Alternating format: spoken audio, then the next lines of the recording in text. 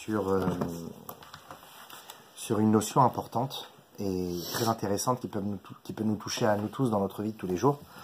Avant ça, on va faire donc le cours pour la Refoua Shelema Abimera du petit garçon Raphaël Gaon Makhlouf, hein, c'est ça? Ben Fanny Mazal ou Mazala. Mazal. Que je lui amène la Refoua Shelema. On puisse voir des miracles. Amen. Comme ça, ainsi pour tous les malades d'Israël et pour tous ceux qui ont besoin de Yeshua. Bekarov et Zantachem. On avait comme ça partagé sur le groupe WhatsApp cette semaine la question suivante. On a deux personnages qui sont totalement l'antithèse l'un de l'autre, et pourtant ils sont amis. On a Réhouven et Shimon. Réhouven, c'est quelqu'un d'extraverti, c'est un entrepreneur, il a peur de rien, c'est un fonceur, tu vois, il prend des risques, il n'a pas peur de se mettre en danger, et puis même, il se met en danger dans des cas où justement, il y a de fortes chances qu'il ne réussisse pas. Il ne sait pas jouer aux fléchettes, et pourtant, il va faire des paris en jouant aux fléchettes, en se disant que sur 10 fléchettes, il en aura peut-être 2, il n'en aura peut-être même pas du tout, mais au moins il aura essayé. Parce qu'il y a une chance qu'il en ait 10. Il y a une chance sur 1000, mais c'est possible qu'il ait les 10 fléchettes. En fait, il se met en avant comme ça, et ça le maintient en forme. Il aime ça. Il aime ce côté, il est impétueux, il est fougueux, il est plein d'énergie. Mais il se met en danger, et quitte à en perdre quelques plumes. Alors que Shimon, lui, c'est quelqu'un d'inverse. Et d'ailleurs, Réhouven a besoin de Shimon parce que c'est le personnage, c'est l'ami qui va un petit peu le canaliser. Shimon, c'est l'inverse. Celui qui est patient, c'est celui qui... C'est pas un peureux, mais c'est quelqu'un qui est réfléchi. Avant d'agir, il médite, il tourne, comme on dit, 7 fois sa langue dans sa bouche avant de parler. Il se met pas en risque. C'est-à-dire que s'il fait quelque chose, c'est parce qu'il y a bien réfléchi. S'il fait les choses, c'est bien fait. Ou sinon, il préfère ne pas les faire. C'est-à-dire qu'il dit, moi, au moins, c'est vrai que je ne serai pas sur tous les plans, c'est vrai que j'aurai pas tout réussi dans ma vie, parce que j'essaye pas de toucher à tout. Mais ce que j'ai pour l'instant entre les mains, ben, je le possède vraiment. Comme dit le Père Kéavot, qui est l'homme riche, c'est pas celui qui possède beaucoup. L'homme riche, c'est celui qui est heureux de la part qu'il possède pour l'instant. Il se contente pas, il voudrait en avoir plus, mais pour l'instant, il a ça, il l'optimise à 100%, et ben, c'est quelqu'un de riche. Il rend riche sa part. Il est heureux de sa part et il rend riche sa part. Sa part a de la valeur. Et il kiffe finalement sa vie. Il a peut-être pas tout, il n'a pas encore le siège du directeur, il est que employé, mais l'employé qu'il est, il est modèle. Alors que Réhouven, il est plus dans le côté, je veux passer d'étape en étape, je veux foncer. Mais parfois, foncer, c'est dangereux, parce que celui qui fonce, il arrive plus vite que les autres, certes, au feu rouge. Et on arrive tous au feu rouge à un certain moment. La différence, elle est que Réhouven va se mettre en risque depuis le moment où il a quitté son départ jusqu'au feu rouge. Il s'est mis dans un danger. Il aurait pu avoir un accident sur la route. Il aurait pu avoir un problème. L'autre, tu vois, c'est un petit peu comme la tortue. Elle marche doucement, mais avec constance. Tu vois, doucement, mais sûrement. Réhouven, bah lui, c'est le lièvre. Hein, c'est un fonceur et tout. Mais parfois, en étant un fonceur comme ça, tu peux vite te faire avoir par ta propre personnalité. Donc la question, c'est, le débat de ce cours ce soir, c'est qu'il faut être dans la vie de tous les jours, et en particulier pour un Ben Israël qui suit la Torah et les mitzvot. Est-ce qu'on doit être Réhouven? Est-ce qu'on doit être Shimon? Est-ce qu'on doit être un peu des deux? Est-ce qu'on doit être Réhouven qui aimerait être Shimon un petit peu dans sa vie? Ou est-ce qu'on devrait être Shimon qui aimerait un jour être un peu aussi Réhouven? Voilà, c'est un petit peu sur ça qu'on va débattre. Est-ce qu'il y a quelqu'un qui voudrait dire un truc avant? Moi, je suis les deux. Toi, t'es les deux? Je suis les deux. Moi. T'es les deux. Et très bien. Je suis plutôt sûrement. Ouais, c'est ça? Plutôt Shimon?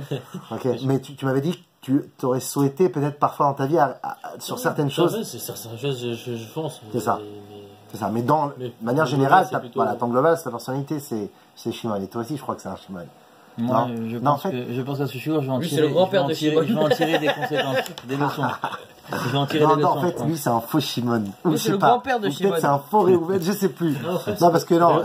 Réhouven, en fait, Shimon, il peut faire un Réhouven, mais Réhouven, c'est... Réhouven, il peut pas faire Shimon. Il peut vraiment faire ça. Ah ouais, il c'est ça. peut pas. Un mec qui est speed, il peut pas être. Mais une fois, je t'avais donné un proverbe qui dit: le jeune court très vite, mais l'ancien connaît le chemin.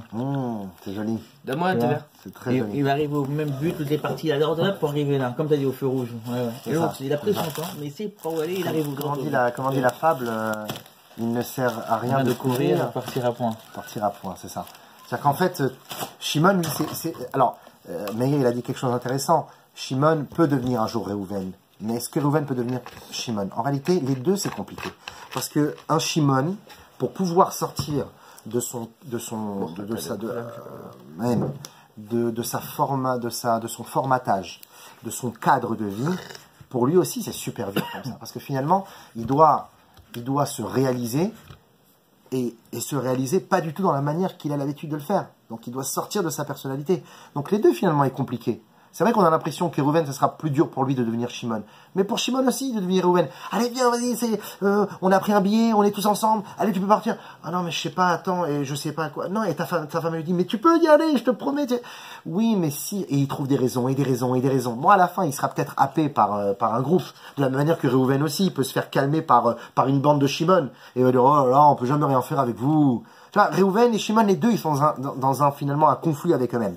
Mais tu sais que on a un mec au travail, je le trouve très lent. Et des fois, je vais travailler avec lui. Parce qu'il faut que je le remette un peu dans le bain et tout. Et bah, je peux te garantir que à la fin de la journée que je suis avec lui, je suis fatigué. Et pourtant, quand je suis seul ou autre, où je fais la même chose, je suis pas fatigué. Pourquoi? Parce que il me ralentit mon cerveau et ça me fatigue. C'est grave. Bah, finalement, je suis tellement speed. Un Shimon dans ta tête, quoi. Je suis tellement sors de ma tête. Je suis tellement speed qu'il m'a ralenti. Il peut pas ralentir, en fait, et lui, je l'ai fatigué parce que je l'ai accéléré. Ouais, mais même si tu veux rendre speed un Shimon, ça va être contre sa personnalité. Il va vivre le truc un peu Berama. Tu l'amènes avec toi à l'aéroport pour un voyage parce que ça s'est fait en dernière minute. Pendant toute la route, il va commencer il va bader, on va dire. Hein. Mais en fait, il perd pas grand chose. Il perd pas grand chose. Tu as raison. Tu as raison. Reuven, il y a quand même, tout va si vite chez lui qu'en fait, s'il y a quelque chose qui retarde, il bloque. Mais le problème de Steven, c'est qu'il te laisse pas le temps de mettre ton casque et que tu sois déjà assis dans un scooter en même temps. Ah, Reuven. Georges tous les deux. Non, ouais, sur certaines choses. Il veut que tu mettes ton casque en tant que tu montes dans le scooter. Non, parce qu'il faut savoir. Ah oui. Je suis en scooter. Je suis déjà sur le scooter. J'ai le casque, j'ai tout. D'accord, c'est long moi à me préparer. Lui, il a un casque à mettre. C'est fait sur le truc. Moi, je dois mettre le contact et tout.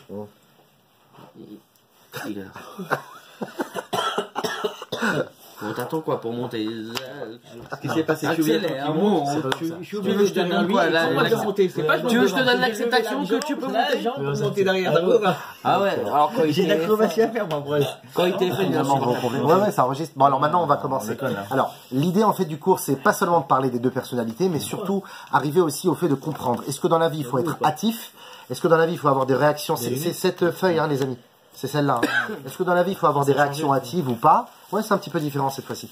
Est-ce qu'il faut être donc hâtif, précipité ou plutôt calme? Est-ce qu'il faut être hâté, rapide ou plutôt lent? Est-ce qu'il faut être immédiat ou être patient? Est-ce qu'il faut être précoce ou savoir se calmer? Est-ce qu'il faut être prompt ou est-ce qu'il faut se canaliser? Est-ce qu'il faut être pressé ou se contrôler? Est-ce qu'il faut être désorganisé pour arriver à quelque chose d'organisé ou plutôt l'inverse? Il faut être organisé pour optimiser sa vie? Est-ce qu'il faut être expéditif ou plutôt non, réfléchi? Est-ce qu'il faut être émotif ou cartésien? Est-ce qu'il faut être direct ou plutôt réservé? Est-ce qu'il faut être imminent? Bon, enfin, toutes sortes de synonymes, on va pas pouvoir les énumérer tous. Mais voilà, c'est l'impétuosité face au calme et à la patience et à la force de méditation lente, réfléchie, qui peut construire quelque chose de plus grand. Donc il faut parfois peut-être lever le pied de la pédale, de la pédale d'accélération et répondre de manière hâtive. Et réagir de manière hâtive, parfois ça peut être très dangereux. Il y a une blague comme ça qu'on raconte à propos d'un couple qui sont mariés comme ça depuis des années, ils sont heureux ensemble, ça fait 50 ans qu'ils vivent ensemble, ils n'ont jamais eu de secret l'un pour l'autre, ils s'adorent, ils vivent leurs noces d'or, et lors de la fête, ils se souhaitent Mazal Tov mutuellement, et puis là, le mari qui dit à sa femme, bon, finalement, j'aimerais bien que tu me dévoiles le secret que tu me caches depuis 50 ans. Effectivement, depuis 50 ans, la femme, elle cachait une petite boîte fermée à clé dans son armoire, et le mari n'y avait pas accès. Il connaissait tout de sa vie, sauf de cette boîte. Et puis voilà, le jour de ces noces d'or. Je t'ai dit, tu peux y aller, mais le frein quand même. Le jour de ces noces d'or, il lui dit, ma chérie, ça y est, maintenant, peut-être que tu pourrais m'annoncer le secret. Alors, il lui ouvre la boîte, et à l'intérieur, elle voit 2 pulls et une enveloppe. Il dit, c'est quoi ça? C'est une grosse boîte quand même. C'est quoi, de petits pulls peut-être? C'est quoi ça? Et ben en fait, je t'explique. Lorsque je me suis marié avec toi, sous la choupa, juste avant ça, ma grand-mère, elle est venue me voir, elle a dit, ah Benti, viens. Elle dit, je te promets, je te donne un conseil d'or qui t'aidera dans la vie et qui pourra te sauver dans moult situations. Ah oui, c'est quoi? Il dit, en fait, quand ton mari te poussera à bout, tu pourras plus de lui, t'aimerais le prendre, le jeter par la fenêtre parce qu'il t'a rendu folle. sache que ne réponds pas hâtivement. Ce que tu vas faire, c'est que tu vas prendre des épingles, comment on appelle ça là, pour tricoter là, Des bassins de nourrice. Des épingles à tricoter. Des épingles à tricoter. Des épingles à tricoter. Tu vas les prendre et tu vas tricoter un pull. À la fin de ton tricotage de pull, tu vas voir que tu vas te sentir mieux, tu vas être apaisé, tu vas voir le bon côté des choses et à la fin tu vas lui pardonner. Et effectivement, j'ai fait ces pulls. Et le mari, il est waouh, je suis vraiment un des meilleurs maris du monde. T'as que 2 pulls. En 50 ans, t'as fait que 2 pulls. Et il y a quoi dans l'enveloppe? Il dit, bah, dans l'enveloppe, il y a 25 000 euros par rapport à tous les pulls que j'ai pu vendre tout au long des 50 ans. Donc, en fait, finalement, elle en a tricoté des pulls. Et que, en fait, finalement, dans notre vie, on a tous un peu notre pull. L'un, il va crier dans son coussin. L'autre, il va se mettre sa tête dans l'eau froide. L'autre, il va écouter de la musique. On a tous besoin d'un petit moment comme ça de calme qui nous recentralise, qui nous canalise, qui nous maintient au lieu de partir dans la colère ou dans la réponse, la réaction hâtive. Il faut savoir se contrôler. Et c'est effectivement cette idée-là. Est-ce qu'on doit être un peu le Réhouven dans notre vie, le Shimon dans notre vie? D'ailleurs, le Chipazon, l'empressement et le stress, c'est quelque chose qui est totalement prohibé dans la Torah. On dit c'est les Zkanim, comme tu l'as dit tout à l'heure, les anciens ou ceux qui sont matures, ils ont quelque chose de plus par rapport aux jeunes, c'est justement cette constance et cette lenteur, cette patience. Léa, papa, il est tard. Ah, tonton, t'inquiète pas, il ne sert à rien de courir. Tu vas foncer pour prendre un mur. Et c'est vrai qu'avec l'âge et à la maturité, on comprend comme ça qu'il faut savoir parfois être Shimon dans sa vie. Et effectivement, la Gemara, le Sefer à Chassidim, Rabbi Yehuda Chassid, pas un Chassid du Baal Shem Tov, parce que les Chassidim existaient 500 ans avant le Baal Shem Tov, mais on les appelait les pieux, les Chassidim. Rabbi Yehuda Chassid, il a écrit un livre qui s'appelle Sefer à Chassidim, et là-bas il raconte une histoire effroyable. Il raconte l'histoire d'un homme qui, devant le lit de mort de son père lui lègue son héritage financier mais aussi moral, et lui dit, mon fils, sache que, avant de partir, c'est très important d'écouter ce que je vais te dire. À chaque fois que tu te présenteras devant une situation qui te poussera à la colère et à la réaction hâtive, calme-toi, laisse passer la nuit, et tu verras que demain matin, tu auras une meilleure perception des choses.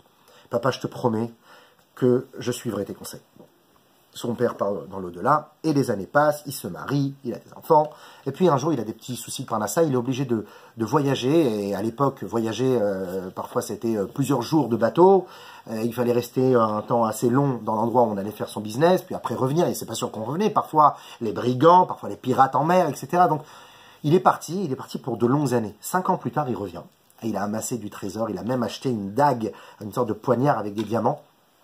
Il est heureux de retourner chez lui, il rentre dans son village, le cèdre n'a pas bougé, le marchand de fleurs est toujours là, Moshe, Yosef, comment ça va? Il arrive chez lui, il vient, il tape à la porte, il vient pour taper à la porte, et il entend derrière la porte son épouse parler de manière très courtoise avec un jeune homme qu'il ne connaît pas. Il entend ça, et c'est le... Allô? Donc effectivement, la Torah elle te dit combien c'est dangereux d'être trop hâtif. Oui. Ben, c'est bon. Excusez-moi, avec la pause, j'ai oublié de raconter la fin de l'histoire. Donc, merci. Cet homme-là, donc il se retrouve face à chez lui, devant la porte de chez lui. Il vient pour frapper et il entend un jeune homme parler de manière très amicale avec son épouse. Il vient, il sort sa dague comme ça pour entrer et faire un carnage dedans. Finalement, il arrange, il se rappelle, il a le visage de son père comme ça qui lui apparaît, il se rappelle de la promesse qu'il lui a faite de réfléchir avant de réagir. Et il a dit, bon, bah, je m'asseoir sur le banc en face de la maison. Et il ziote comme ça à la maison, que personne ne sort, tu vois, toute la nuit. Toute la nuit, il cligne pas d'un œil. Arrivé le petit matin, il dit, bon, papa, alors, bon, c'est fini, là maintenant, je fais un malheur. Il vient comme ça, pour rentrer chez lui et tuer tout le monde. Et la porte s'ouvre, il y a sa femme qui venait jeter l'eau, tu vois. Elle fait, et elle fait tomber le seau. Tu es là, mon chéri, tout ça où tu étais, mais je t'ai pas vu des années. Elle pleure chaudement comme ça, elle lui comprend pas. Elle l'amène à l'intérieur de la maison, il a même pas le temps de réagir. Il rentre dans la maison, il sait même pas où il est. Il regarde autour de lui. Il est où ce jeune homme? Il vient pour. Elle l'assoit, calme-toi, viens, elle lui amène de l'eau chaude, elle lui amène à manger. Regarde, j'ai préparé des gâteaux. Oh là là, raconte-moi, mais comment c'était? Tu m'as pas écrit, et puis j'entends. Vraiment, il l'arrête au bout de quelques minutes. Il dit, stop. Il faut absolument que je comprenne. Hier soir, je suis arrivé hier soir. Je me suis présenté à la maison. J'ai failli rentrer. Et lorsque j'ai entendu cette voix, je me suis calmé parce que j'allais faire un malheur. Qui est ce jeune homme? Et il est où? Il a passé où la nuit? Et où il s'est échappé? Et pendant qu'il parle, il y a le jeune homme qui descend des escaliers. Et ce jeune homme n'était autre que son fils, qui avait 15 ans quand il est parti, maintenant il a 20 ans. Sa voix a mué, et c'est devenu un grand jeune homme. Et en fait, finalement, Rabbi Yehuda Chassid, à qui on a rapporté cette histoire, il dit, regardez comment on peut faire un malheur avec la fougue. Quand on réagit hâtivement et quand on est impétueux, quand on a des réactions trop imminentes, trop directes et véloces, eh bien on peut se retrouver à faire des choses terribles. Là d'ailleurs, il aurait tué tout le monde, c'était son fils. Une des personnes dans la Torah qui a beaucoup souffert de son impétuosité, c'est l'aîné de Yaakov, Réhouven. Regardez petit 1. Bereshit Lamtet, Réhouven, Bechori Ata, Kochi Bereshit Oni, Yeter Sed Veyeter Oz. Réhouven, tu es mon aîné, tu es ma force, tu es ma première semence, tu es celui qui a la puissance. Pourtant, tu as un problème. Pachaz Kamaim Maltotar, tu es comme de l'eau impétueuse, qui alita mishkeve avicha aschilalta yetsu ala. C'est vrai que j'aimais Rachel particulièrement. Mais lorsque Rachel est nifteret, tu as pensé, Réhouven, que j'allais maintenant me retrouver dans la tente de Bilha, la servante de Rachel, et non pas chez ta maman, Léa, qui est en réalité ma deuxième femme. Et comme tu as pensé mal et que tu as cru que j'allais un petit peu te faire une queue de poisson, eh bien tu as réagi hâtivement et tu as déplacé les lits. Tu as déplacé mon lit, tu l'as mis dans la tente de Léa, alors que c'était à moi de le décider, c'était pas à l'enfant de choisir où son père allait maintenant dormir. Et cette réaction hâtive que tu as eue est comme de l'eau impétueuse. Et Rachid dit sur place, regardez, Raoui aïta liot yeter alachicha, tu aurais dû être plus fort et plus grand que tous tes frères. Bekeuna, tu aurais dû avoir la prêtrise. Qui a eu la prêtrise? C'est Aaron à Cohen qui descend de la tribu de Lévi. Mais non, normalement, les descendants de Réhouven auraient dû être Cohen. Tu as perdu la prêtrise. Ou Bemalchut, tu as perdu la royauté qui a été remise à qui? Yehuda. Ou Migaram lecha leafsid, nous dit Rachid. Et qui t'a causé ta perte, Réhouven? Pachaz kamaim. L'impétuosité, comme de l'eau, comme un torrent qui se déverse. Apachaz ve'abeala. L'empressement et la vélocité. Asher miata le'arot ka'asra kamaim. Tu t'es empressé d'exprimer ta colère comme de l'eau, amemaharim limirtsotam, qui s'empresse comme ça dans le torrent, qui coule à flot, et tu as été comme ces eaux impétueuses. Donc c'est pour ça que tu as perdu toute ta kiona. Donc on voit que Réhouven, la Torah nous raconte un cas terrible, où un homme a perdu tout à cause d'une petite action, où il a eu une réaction impétueuse et trop empressée.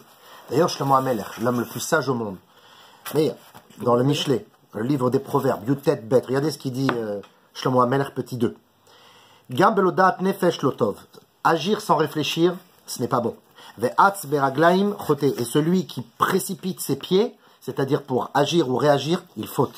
Rabbeinu Yona, il commande ce Shlomo HaMelech, et il dit, Ish asher lo lamad chokhma yecheta b'ma'asav, celui qui n'apprend pas de ses actions, celui qui ne se calme pas, qui ne médite pas avant d'agir, faute. Vegam ha'ish lo de'adat, même si c'est un homme sage et intelligent, imuatz beraglaim chote, s'il devance ses pieds, s'il fait passer ses pieds avant son cerveau, il faute. Shememaher la sot aole al rucho velo marshava veyun, car il s'empresse de faire ce que bon lui semble avant de réfléchir et de méditer. Ki ine lev adam katsar vamshuga metsuyabo, car le cœur de l'homme est étroit et la folie s'y trouve. Alken tsarich adam lehagdim libeulatav marshava, c'est pour ça qu'un homme doit préalablement devancer sa réaction avec la pensée, ou leitbonen bina, et de méditer profondément, bechol davar sur toute chose, bemitoun avec patience, beterem amaase avant d'agir. Il y a ce terme matoun qui veut dire être patient. Il y a une histoire comme ça dans la Gemara de Brachot qui est racontée sur Ada bar Ahava, qui était un homme très fougueux. Il a vécu au temps des Romains, il a vu un jour une femme très jolie qui marchait dans la rue. Cette femme semblait être juive et elle portait une sorte de cape que seulement les Romaines portaient. Une cape qui était considérée comme non tsniout à l'époque. Et lui, ça l'a énervé. Alors qu'ils nous assiègent, alors qu'ils nous font du mal, toi tu t'habilles comme eux. Il est arrivé, il lui a tiré comme ça le foulard, il a déchiré, il a crié sur la fille. Et la fille, finalement, elle lui a répondu en latin. C'était une Romaine. Il s'est fait arrêter, il a dû demander pardon, il a dû payer 400 zouz. Et avant de partir, il lui a demandé « Comment tu t'appelles ?» Elle a dit « Je m'appelle Matoun ». Ah, Matoun. Matoun, ça veut dire patience en hébreu. Ah, Rav Ada, si tu avais été Matoun, si tu avais été patient, tu n'aurais pas dû payer à Matoun 400 zouz. Tu n'aurais pas eu besoin de payer autant cette somme. Donc finalement, la réaction hâtive est toujours nocive et dangereuse. Et c'est pour ça que maintenant, on va poser la question de notre cours. La question, elle est la suivante. La mitzvah, la toute première relation, connexion du Ham Israël avec Akadosh Baruch Hu, c'est à la veille de la sortie d'Égypte, où Hachem leur dit, mes chers enfants, ça fait maintenant des années que vous m'avez un petit peu oublié, que vous ne faites plus la Brit Mila, que vous ne faites plus de mitzvot. Maintenant, ça y est, vous allez sortir d'Égypte. Donc je vous en prie, faites votre Brit Mila, sacrifiez l'agneau, mettez-le dans un seau, et badigeonnez les linteaux de votre maison de sang, et restez à l'intérieur de la maison toute la nuit. Ok, on va faire quoi dans la maison? Vous allez manger l'agneau pascal, vous allez griller l'agneau et vous allez le manger. Très bien Hachem. Et comment on va le manger? Ah bah vous allez le manger avec stress et empressement. Regardez le texte. Pourquoi on le fait pas aujourd'hui? On le fait comme ça. Quand on mange la matzah, on la mange très rapidement. On doit la manger kedé achilat pras. La matzah remplace l'agneau. Parce qu'on peut plus faire l'agneau, c'est comme un korban, tu vois, donc on peut pas imiter ce que se faisait au Beth Amikdash. Regardez ce que dit le livre de Shemot Yud Bet Yud Aleph. Petit 3. Vekacha tochlu oto. C'est comme ça, c'est ainsi que vous mangerez le korban Pesach. Motnechem chagurim. Vous devrez porter vos ceintures. Naalechem beraglechem. Vos chaussures à vos pieds. Umaklechem beyedechem. Et vos bâtons à vos mains. Veachaltem oto bechipazon. Et vous mangerez le korban Pesach avec empressement. Pesachou la Hachem, car c'est un Pesach pour Dieu. Et Rachid dit sur place, c'est quoi bechipazon avec empressement? Lachon behala, c'est un langage d'impétuosité, de fougue, ou meirut et d'empressement. Donc en fait, finalement, à Kadosh Baruch Hu, la première chose qu'il nous enseigne, qu'il nous demande de faire, c'est de manger le korban Pessah avec empressement. Moi, je rentre à la maison le soir, ma femme, elle m'a préparé un bon repas, j'enlève mes chaussures, je pose mon bâton, il y a même une halakha qui est de décoincer un petit peu, de défaire un peu la ceinture pendant qu'on mange, pour que le ventre soit détendu, que l'estomac ne soit pas pressé, tu vois, et de manger comme ça tranquillement. Là, on te dit, tu manges avec stress. Tu manges, il y a des halachot quand on mange, on ne doit pas écouter de la musique trop speed, de peur de Shalom d'avoir un petit problème d'étouffement. Donc il faut faire attention. Et là on te dit non, tu manges stressé, tu manges avec empressement, surtout qu'on ne comprend pas. Il n'y a personne qui est en train de te chasser. Au contraire, les Égyptiens, ils attendent sagement que tu t'en vas. Et on n'a pas besoin de s'enfuir. Qui barach ha'am, il y a marqué que le peuple s'est enfui. On n'a pas eu besoin de s'enfuir. Ça fait 1 an et demi qu'il y a des plaies qui s'abattent sur l'Égypte. Ça fait 1 an et demi qu'ils nous respectent, qu'ils s'agenouillent devant nous. Parce que Akadosh Baruch Hu a déversé sa colère et montré sa toute puissance au peuple d'Égypte. Et nous, on est obligé, la veille de l'Égypte, de leur montrer qu'on mange avec empressement. De plus, si on remarque bien, on va voir que la mitzvah qui va en découler de cet empressement de la nuit d'Égypte, la mitzvah sera une mitzvah énorme. C'est la mitzvah de manger de la matzah pendant 7 jours et de ne pas manger de chametz. Évidemment, il y a des raisons beaucoup plus spirituelles et profondes dont on ne parlera pas maintenant, de pourquoi on mange la matzah et non pas des choses levées. Mais la raison technique, c'est à cause de l'empressement. Regardez petit 5, Shmot Yud Bet, Vayafou et Tabatsek. Ils ont cuit la pâte, Asherotzi ou Mitzrayim, ou Got Matzot Kilo Chametz. Une pâte qui n'avait pas monté, parce que la veille, ils ont mangé avec empressement. Et pourquoi? Car ils n'avaient pas eu le temps, ils ont été renvoyés très rapidement d'Égypte, ils ont dû s'empresser, ils n'ont pas eu le temps de faire monter la pâte. Et Rashi dit sur place, Pasuk Tedvav nous dit, Shivat Yamim Tochal Matzot, Ki Bechipazon Yatzat Ameret Mitzrayim. Pourquoi tu manges des matzot pendant 7 jours? Parce que tu es sorti avec empressement. Donc de cet empressement que Dieu nous demande d'avoir, en découle une mitzvah énorme, qui est la mitzvah de matzah, et la mitzvah de ne pas avoir de chametz. Mais on vient de prouver, et on vient de montrer juste avant, que l'empressement était négatif. Être hâtif, c'est dangereux. Et d'ailleurs, tu sais, chez les Marocains, on dit pas et mol, on dit une phrase, on dit bébé ilou yatsa. C'est quoi bibilou? Bébé ilou. Bébé ilou, ça veut dire bébé hala. Behala en hébreu, c'est le choc, c'est le l'étonnement, oui, c'est ça. Behala, c'est comme ça on est choqué. Ah quoi, maintenant tout de suite, c'est ça. Bébé ilou yatsa no Misraïm. Ah, c'est ça, c'est par étonnement et par empressement les sorties d'Égypte. Ouais. Donc on a quelque chose ici de fort à comprendre. Pourquoi ce stress? De plus, si on regarde bien l'histoire, finalement, on n'est pas sorti dans la nuit. Hachem ne nous a pas dit, allez, mangez vite, on sort tout de suite. Non, il a dit, mangez, avec vos chaussures, avec vos ceintures, avec vos bâtons. Mais quand arrive la nuit, vous pouvez enlever vos chaussures, enlever vos bâtons, enlever vos ceintures et vous coucher, vous allez dormir. On partira demain matin. Vous savez quoi? Même vers midi, en plein milieu de la journée. Regardez ce que dit le texte, enfin, le Sifri, c'est un midrash, Sifri Dvarim Shin Lamed Zayin, petit 6. En ce jour-là, en plein milieu de ce jour-là, toutes les armées de Dieu sont sorties d'Égypte. Les fiches Ayom Mitzrim Omaim, parce que les Égyptiens disaient, si on les sent, si on les entend sortir de chez nous, s'ils nous dérangent pendant leur sortie, on ne les laissera pas partir. Vélod et plus encore. Et là, chez notre Nim, Sayafim, Vecharvot, Veorgimotam, on sortira nos épées et on les tuera. Amar Kadosh Baruch Hu Hashem, il dit, ah bon, Areni Motsiya Bechatzi Ayom, sachez que je vais les sortir en plein milieu de la journée, au moment de votre petite sieste. Ils vont sortir 3 millions de juifs, ils vont sortir d'Égypte. Vechol Micheyesh Beyado Limchot, Yavo Veimche. Tout celui à qui ça dérange qui vienne me voir. C'est Kadosh Baruch Hu, il te dit, je les défendrai et je sortirai en plein milieu du jour, calmement, sans stress. 3 millions de personnes, imagine-toi, hein, les femmes enceintes, les vieillards, les enfants perdus, les calèches qui s'affaissent dans la boue. Ça devait être la folie, 3 millions de personnes. Non, ça s'est passé dans le calme le plus total. Et pourtant, Hachem, il te demande bizarrement, la veille, alors qu'il n'y a aucun sens et aucune raison, de manger stressé. Et on a prouvé juste avant que c'était pas bien de stresser dans la vie. Voilà nos questions. Et un autre détail de la question, il y a marqué qu'Akadosh Baruch Hu, il a fait sortir les Juifs avec une main puissante, avec un bras étendu, avec tous ces moftim, avec ces miracles merveilleux, qui bechozek yad otzianu Hashem, c'est par la force d'Hachem. Et cette force-là, elle est d'un seul coup mise à l'écart dans cette nuit d'Égypte. C'est-à-dire que Hachem, il t'a prouvé sa grandeur, et puis la nuit d'Égypte, il te dit, hey, on va faire ça très stressé, hein, parce qu'on a peur, on dirait qu'on a peur de quelque chose. Hachem, je comprends pas. Pendant 1 an et demi, ils ont eu peur de toi. Et là, maintenant, on dirait qu'on a peur d'eux. On ne comprend pas. Et dernière question, c'est que il y a quelque chose d'étonnant. C'est qu'il est écrit que la fin des temps ressemblera à la sortie d'Égypte. Exactement dans les mêmes détails. À la fin des temps, il y aura des plaies, il y aura des miracles, etc. Or, il y a quelque chose de différent. C'est qu'à Kadosh Baruch Hu, la nuit de la sortie d'Égypte, il nous a demandé de manger avec empressement. Alors qu'à la fin des temps, Hachem, il nous dit, vous ne sortirez pas avec empressement. Vous sortirez justement dans le calme. Regardez ce que dit la Mechilta, petit 7. Mechilta Bo, regarde. Yachol, Aflatid Lavoye, Chipazon. Est-ce qu'il est possible que dans le futur, il y aura aussi de l'empressement à la sortie de la galoute? Talmud Lomar, non. Car il est écrit dans Isaïe, Nunbet, Yudbet, qui lo bechipazon tetseu ou memnusel otelechun, vous ne sortirez pas avec stress, avec empressement.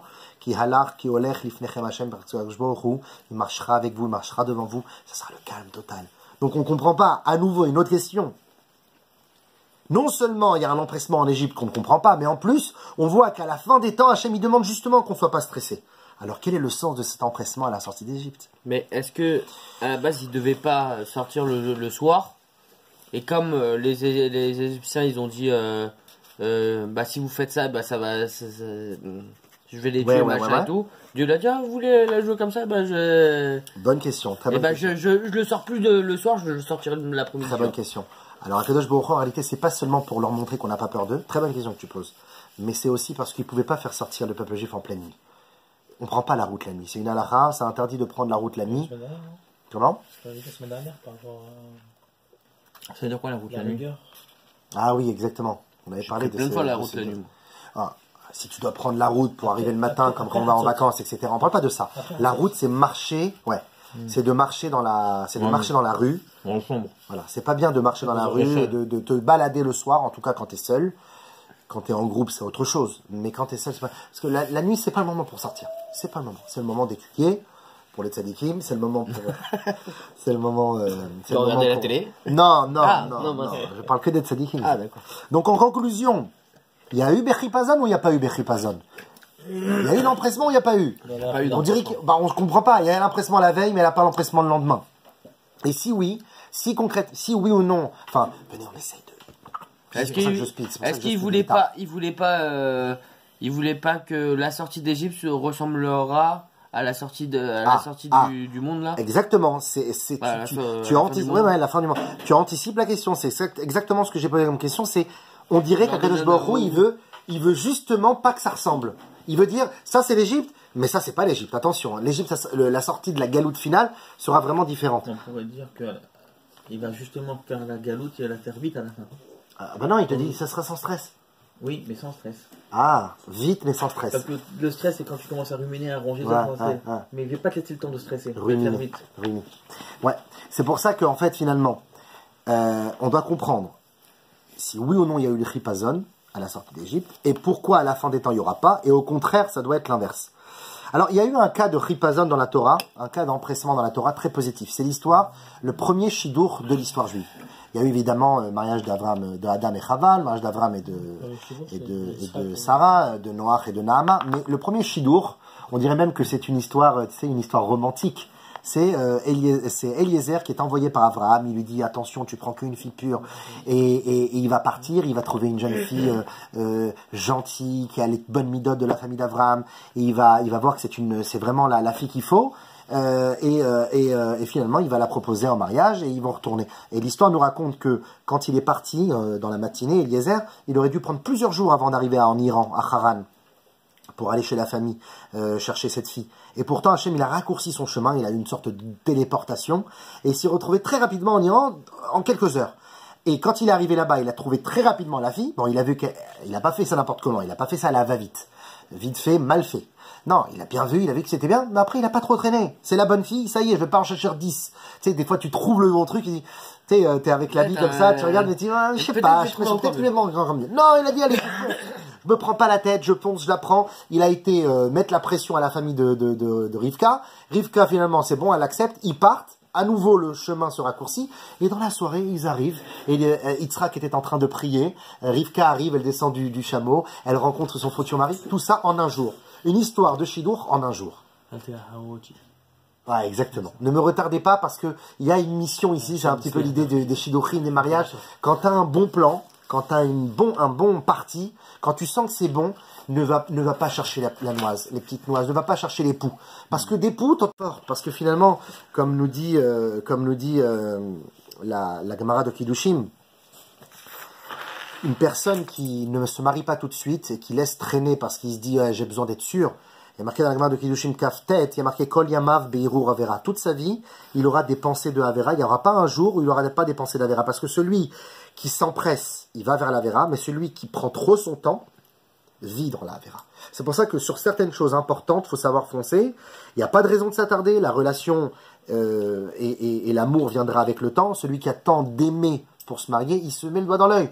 Parce que dans le judaïsme, c'est exactement l'inverse. D'abord, tu sautes dans la piscine, tu fais confiance à Kadosh Baruch Hu, et l'amour ensuite vient. Parce que l'amour, elle se partage, l'amour. Elle vient pas parce que je la trouve sympathique, jolie. Sympathique, elle peut devenir du jour au lendemain colérique. Jolie, elle peut grossir.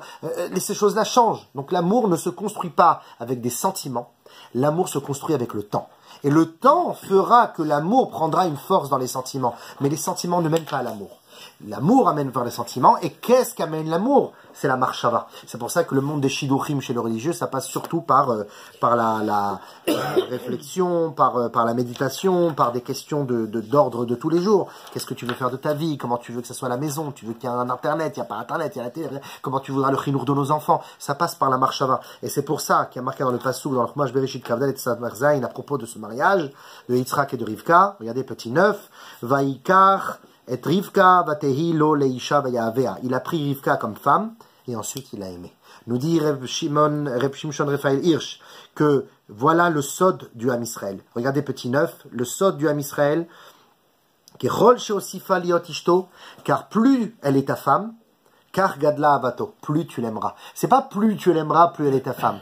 C'est plus tu la prends comme femme et tu l'acceptes avec ses défauts et tu essayes ensemble de vous complémenter, c'est comme ça que tu la mets. Sheken anisuim nosdim beIsraël lo al yesod hatshuka, parce que le mariage dans le Ham Israël ne se fonde pas, ne marche pas avec le désir, et là alpi shikula dvuna, mais avec la réflexion. Et ensuite les regashim, les regashot, les sentiments, les émotions viendront après. Au mishum kar goveret ha'ava, et si tu travailles cette faculté de méditation de ton mariage, alors l'amour grandira au fur et à mesure. Plus ils se confronteront l'un à l'autre, plus ils passeront des épreuves l'un à l'autre, plus ils auront des joies les uns avec les autres. L'amour vient aussi avec les enfants, l'amour vient avec l'achat d'une maison, l'amour vient avec des épreuves difficiles de la vie. Cet amour-là se travaille. Finalement, l'amour n'existe pas, ce n'est pas une définition finale. L'amour se construit petit à petit. Chaque jour, on se remarie. Et donc, c'est pour ça qu'il ne faut pas perdre trop son temps. Et il faut, à ce niveau-là, être empressé, comme un Réhouven. On raconte une histoire comme ça d'une famille chassidique qui n'avait pas d'enfant. Et que les médecins avaient dit que c'était fini pour eux. Ils sont partis voir un rabbi. Et le rabbi leur a donné la bracha. Mais ils étaient tellement confiants envers Hachem et envers la bracha du tzaddik qu'ils sont sortis de là-bas. et ils ont acheté tout de suite un landau, un lit pour le bébé, un maxi-cosy, tu sais, toutes les affaires de périculture. Et ils ont eu un enfant dans l'année. Ils sont partis voir le rabbi, c'est un miracle, c'est fou, personne d'autre, j'étais stérile, c'est pas possible. Comment c'est possible? Le rabbi a dit, écoutez, c'est simple. Moi, en fait, ma bracha n'a pas marché. Ce qui a marché, c'est votre émouna, votre foi. En fait, Akadosh Baruch Hu, il avait décidé comme ça. C'est la phrase de Rav Pinto. Ah ouais. Akadosh Baruch Hu, il avait décidé dans le ciel que vous n'aurez pas d'enfant. C'est comme ça que c'était convenu. Il y a des raisons que vous ne comprenez pas. C'est comme ça. Hachem fait tout pour le bien et c'est comme ça que ça devait être. Sauf que vous avez fait quelque chose, un acte de foi surréaliste et surnaturel envers Dieu. Vous avez fait quelque chose qui n'a aucun sens. Vous êtes parti acheter alors que d'après la science et d'après la médecine, vous n'aurez pas d'enfant. Comme Hachem, il a vu cette émouna folle et surnaturelle, alors il a dit, vous savez quoi? Normalement, vous n'aurez pas dû avoir un enfant, d'après les statistiques des mondes célestes. Eh bien, je vais surpasser les statistiques. Et je vais aller au-delà un petit peu comme Akadosh Baruch Hu, il te dit, soit comporte-toi dans ma Torah, l'ifni mishuratadin, au-delà de la ligne stricte du din. Le din, c'est quoi? Fais comme ci, fais comme ça. Le chassid, il fait, je sais que ça c'est la halakha, mais moi je veux faire un peu plus. Pourquoi tu fais un peu plus? Ça sert à rien. Il dit non, parce que si tu fais un peu plus avec Dieu, Hachem il te dit comme ça. Normalement, tu aurais dû avoir ça. Mais comme tu as fait plus avec moi, comme on l'a dit la semaine dernière, Hachem c'est ton ombre. Hachem il te recopie. Comme tu as fait un peu plus avec moi, alors moi aussi je ferai un peu plus avec toi. Pourtant, à Rosh Hashanah, Hachem il a décidé que tu auras tant et tant, mais pas plus. Ça, c'est ce qui est écrit dans le ciel. Mais comme tu as été plus avec moi, alors je serai plus avec toi. Donc finalement, être hâtif, sans parfois trop réfléchir, et avoir cette émouna aveugle en Kadosh Baruch Hu, ça peut nous sauver. C'est possible aussi? C'est-à-dire? Est-ce que lui il est mort? Ah, exactement, tout à fait. Alors, on a dit, Hachem c'est ton ombre. Hein. Tu dis oui, il dit oui, tu dis non, il dit non. En fait, finalement, tu es ton propre Hachem. Tu décides comment Hachem vit dans ta... Tu décides comment Hachem, il est en toi, il est dans ta vie, en fonction de comment tu mènes ta vie. Le Sforno, Rabbi Ovadia Sforno, un grand sage italien, il dit que, justement, l'empressement du Ham Israël, maintenant on répond un petit peu à la question, l'empressement du Ham Israël pendant la nuit de la sortie d'Égypte est la preuve d'une foi totale en Akadosh Baruch Hu. C'est vrai qu'on va sortir que demain midi, tranquillement, mais nous, c'est pas une de sortie ou pas sortie. C'est que nous, on veut montrer à Akadosh Baruch Hu qu'on ne veut plus rester en Égypte. On veut le prouver. Et pour le prouver, on va s'habiller, on va mettre nos chaussures, on va mettre nos bâtons. Pourtant, c'est que demain qu'on part. Oui, mais on est déjà dans une sortie d'Égypte. On veut véhiculer déjà la sortie d'Égypte. C'est comme ça que, par cette preuve de foi envers Akadosh Baruch Hu, qu'Akadosh Baruch Hu aussi les a délivrés de cette manière. C'est cette foi aveugle qui amène finalement la Géoula. On raconte comme ça à propos d'un enfant que il voulait manger une pomme, mais son père ne voulait pas lui donner la pomme tout de suite. Ben, qu'est-ce qu'il a fait l'enfant? Il a pris la pomme, et il a dit Baruch ata Hashem, Elokeinu melech haolam she'akol nהיה bidvaro. Il n'a pas pris la pomme. Il a dit la bracha, et il a dit maintenant j'ai fait la bracha, tu es obligé de me la donner. Et le père a été obligé de lui donner. C'est un petit peu comme ça que sur certaines choses, il faut être avec Akadosh Baruch Hu. Il faut être magdim, il faut savoir être zariz, il faut savoir être rapide. Paziz, c'est quoi paziz? Paz, la force. On doit essayer de pousser Akadosh Baruch Hu quand on dit tous les jours. Combien dans les 18 bénédictions, il y a combien de brachot qui parlent de Mashiach? Il y en a 9. Sur les 18 bénédictions, il y a la majorité des brachot dans la Hamida qui nous parle de Mashiach. On demande là-bas, tous les jours, 3 fois par jour, on demande à Kadosh Baruch Hu, Amenu Mashiach, Amenu Mashiach, Amenu Mashiach. On est presque en train de lui dire, allez baba, c'est le temps là. Parce qu'on c'est pas que on n'écoute pas, nous, on est insolent. Il nous écoute pas alors. On est en train, non, c'est sûr qu'il nous écoute. Il nous écoute parce que pour nous, son écoute et son attention, elle passe forcément comme celle d'un patron ou d'un homme envers un autre. Pas du tout. Son attention, est forcément vivant. Évidemment, ça passe par un canal et un processus très précis. On en parlera si Dieu veut, on fera un cours sur Mashiach. En tout cas, l'idée ici, c'est de dévoiler l'amour qu'on a envers Dieu et de pousser Akadosh Baruch Hu à croire en nous. Un petit peu comme le matin, on dit à Akadosh Baruch Hu, Modani lefanecha, je te reconnais Hachem, et à la fin on dit, Rabba emunatecha, grande est ta foi en moi. Tu me fais confiance. Je me sens confiant en moi parce que Dieu me fait confiance. Ouais, exactement. Bravo. Ouais, ça se voit que tu n'avais pas bu, toi. Hein. Tu t'en souviens bien. Et regardez ce que dit le Rabbi Lubavitch dans son Igrot Kodesh. Tetzain Amud Resh Nun Bet. Le Rabbi répond à quelqu'un, regardez petit 11, il répond à quelqu'un dans une lettre et il dit comme ça. Betar Shama Pidgam Admur Maharash Shaolam Omer Shekasher Yefshar Lalechet Milmata Olchim Milemala. Vous connaissez sûrement l'expression du Rabbi Maharash, Rabbi Shmuel, 5e Rabbi Lubavitch, qui disait comme ça. Le monde entier dit, quand tu es devant un obstacle, soit tu passes par en dessous, soit tu passes par au-dessus. En fait, tu choisis le bon point de vue, le bon chemin. Le Rabbi Maharash, il dit, Ani Omer, je pense que dès le début, il faut aller vers le haut. Même si tu penses pouvoir passer par le bas, va déjà vers le haut. Parce que quand tu es vers le haut, tu t'élèves. Quand tu vas vers le haut, tu es confiant. Quand tu vas vers le haut, tu as de l'assurance. T'es fort. C'est ça, t'es fort. Vekar benidon, et c'est pour ça que nous dit le Rabbi, c'est la même chose. Il répond à quelqu'un qui était tombé malade. Il dit bien que normalement, pour pouvoir être joyeux dans sa vie, il faut d'abord que la guérison arrive. Vous me dites, voilà, je suis malade, je suis malade. Normalement, pour être heureux, il faut d'abord guérir. Eh bien, sachez que je vais vous répondre que quand tu penses que peut-être tu vas aller par le bas, va d'emblée et a priori par le haut. Pourquoi? Parce que quand tu es heureux d'être ce que tu es, d'avoir ce que tu as reçu de Dieu, avant même de guérir, c'est comme si tu poussais à Kadosh Baruch Hu de t'amener vers la situation que tu lui demandes, et tu es surnaturel avec lui. Tu es heureux alors que tu es malade. Enfin, pardon, il est heureux alors qu'il est malade. Il est heureux alors qu'il est malade. Donc Hachem, il te dit, mais c'est fou, mais il est fou. Ah bah comme il est fou, bah je vais être fou. Je vais lui amener la guérison alors que normalement il n'aurait pas dû l'avoir. C'est un petit peu ça l'idée. Pousse, sois empressé dans ces niveaux-là, sois actif dans ces niveaux-là. Sois d'abord joyeux et c'est ça qui amènera la guérison. Et c'est difficile de vivre comme ça. Comme il est connu l'adage chassidique, Tracht gut, Zain gut. Pense bien et tout ira bien. Et ça se passera bien. Parce que c'est la manière comment tu penses qui déclenche finalement la destinée. ופשיטה דכשמביאים זה בדיבור מעשי של שמחה וביוחד בנוגע לאשר איתו וסופרים ויש בידו להשפיע על הרבים מהאמור. הרי ידוע ששכר עני שני בתכנים שהיו משמחים את הבריות וזכו לגן עדן. Il est connu dans la Gemara de Ta'anit Kaf Bet Amud Aleph que deux personnes ont reçu le Gan Eden alors que c'était pas des grands sages parce qu'ils réjouissaient les gens. C'était des clowns. Ils faisaient rire les gens, un peu comme parfois on a des amis qui font rire.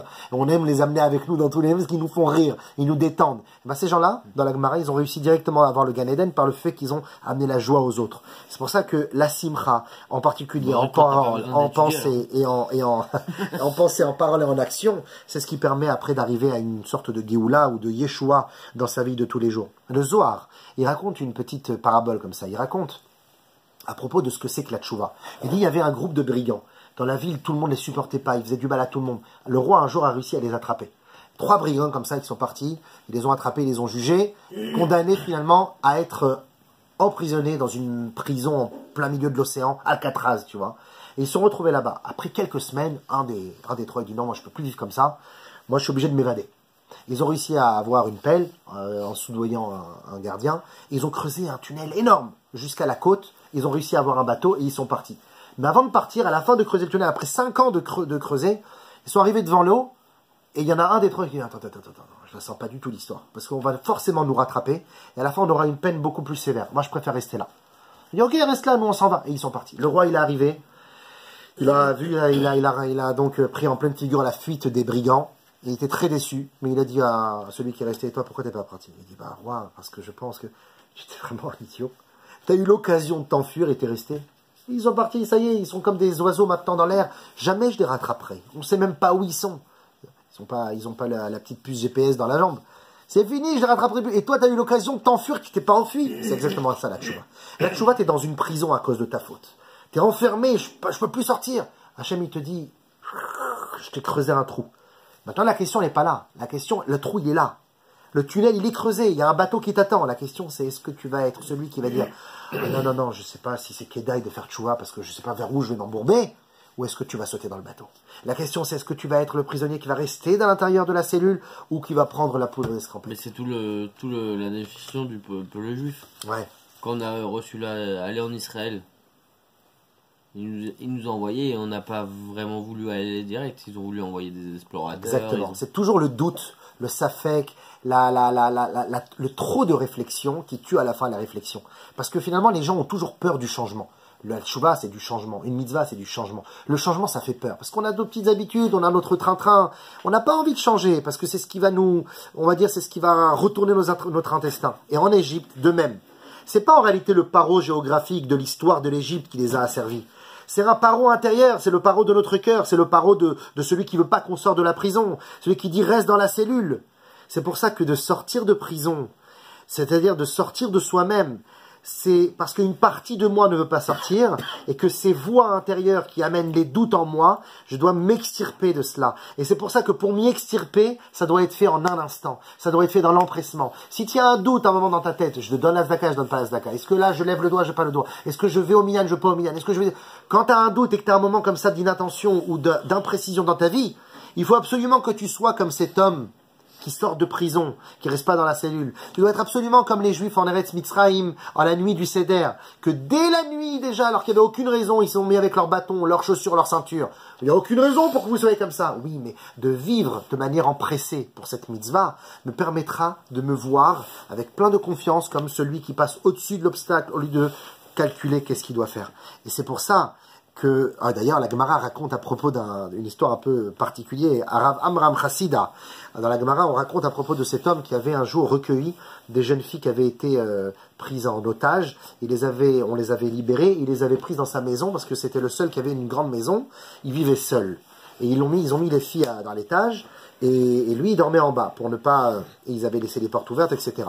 Mais il dit quand même, on ne sait jamais, peut-être la Avera peut venir dans ma tête. Il avait mis une grande armoire au-dessus des escaliers, comme ça personne ne pouvait y accéder, et lui non plus. Et un soir, il a vu une ombre comme ça passer dans la fenêtre d'une fille, et ça lui a donné des pulsions. Et qu'est-ce qu'il a fait? Il est venu, et on dit même il a réussi avec sa force, alors que plusieurs personnes avaient eu besoin de le faire. Avec sa force, tout seul, il a poussé la bibliothèque.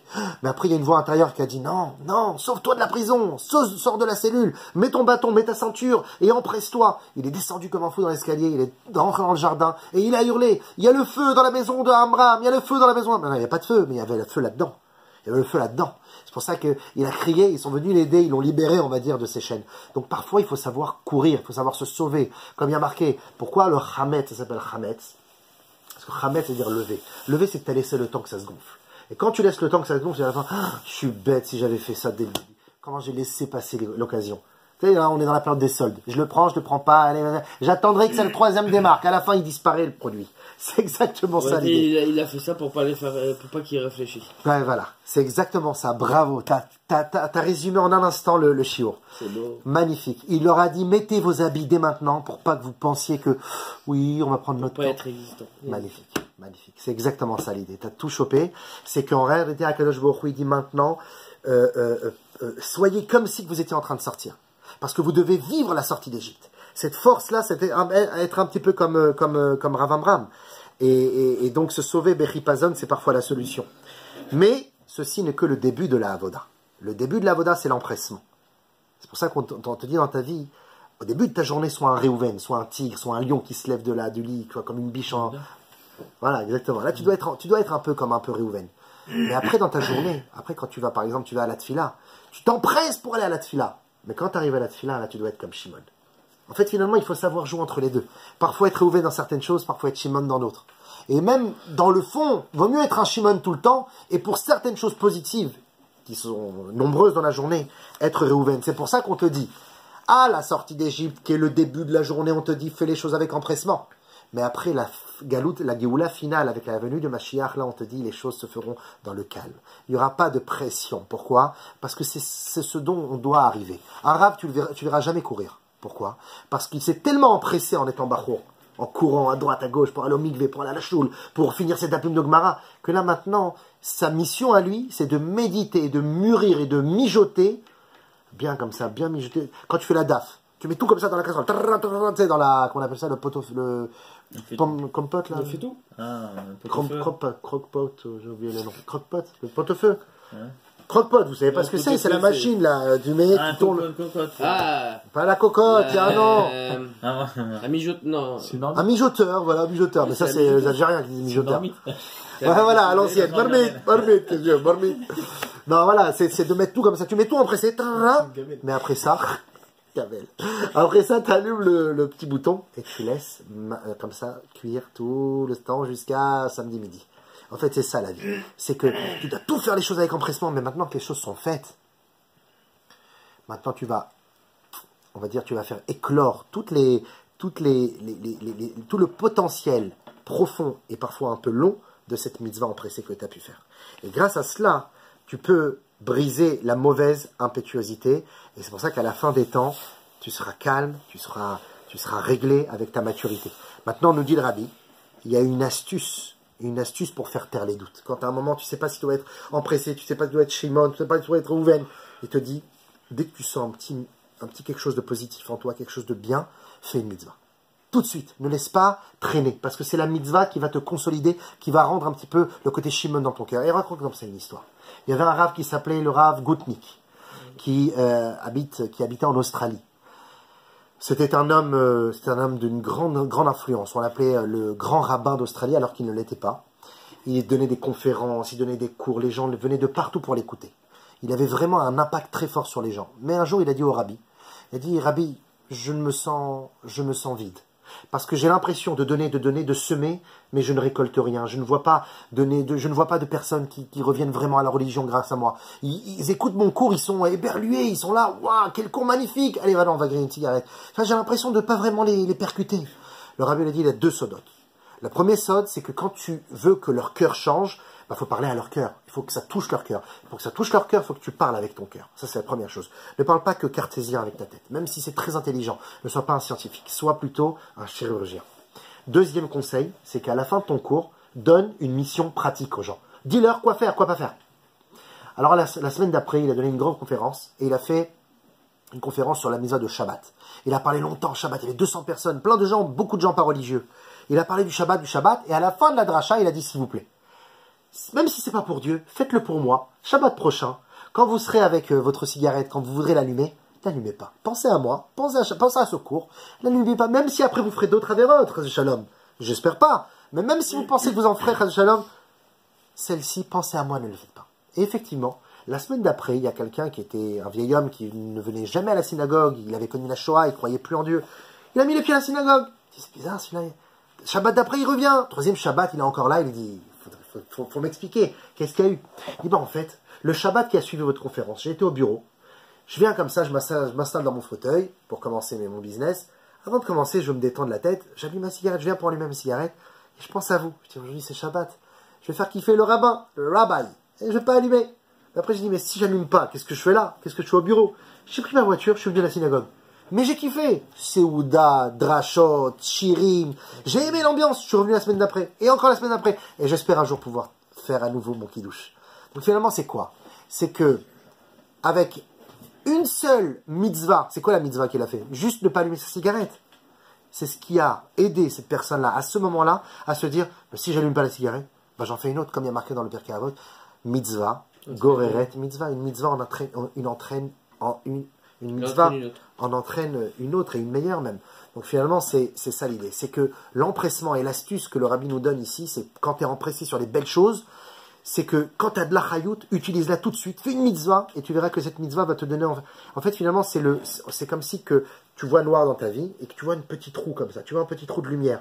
N'attends pas et ne focalise pas sur le petit trou.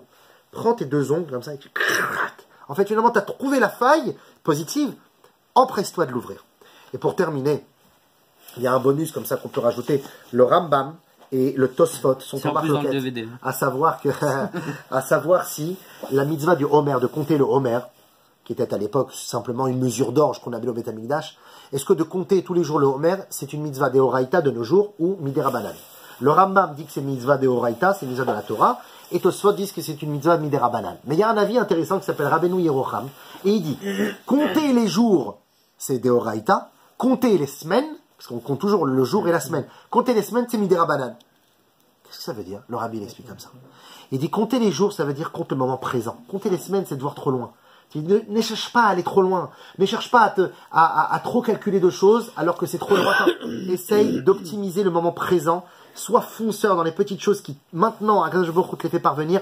Sois fonceur là-dedans. Attrape-les. Si maintenant tu as ce beau shigur qui te présente à toi, ne le laisse pas. Altachmin tsena.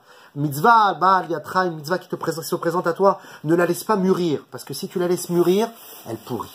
Chaim et les bracha, que Kadosh Baruch Hu nous donne la force Amen. de rajouter comme ça dans Maasim Tovim, dans les mitzvot, dans les bonnes actions, rajouter en Torah, et que grâce à ça, dans Hashem, Kadosh Baruch Hu il nous amènera à cette Géoula tranquille et paisible.